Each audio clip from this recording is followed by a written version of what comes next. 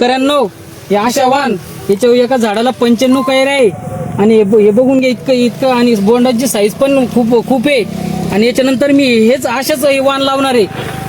जर पुढच्या वेळेस जर भेटले कधी तर 4 ते 5 पुढे लावणार आहे मी वावरामध्ये. बघून घ्या अशा कापूस वाणाला तर तोडच नाही.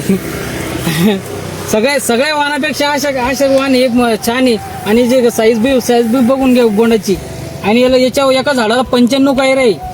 बघून घ्या शेतकऱ्यांनो आशा वाण आहे.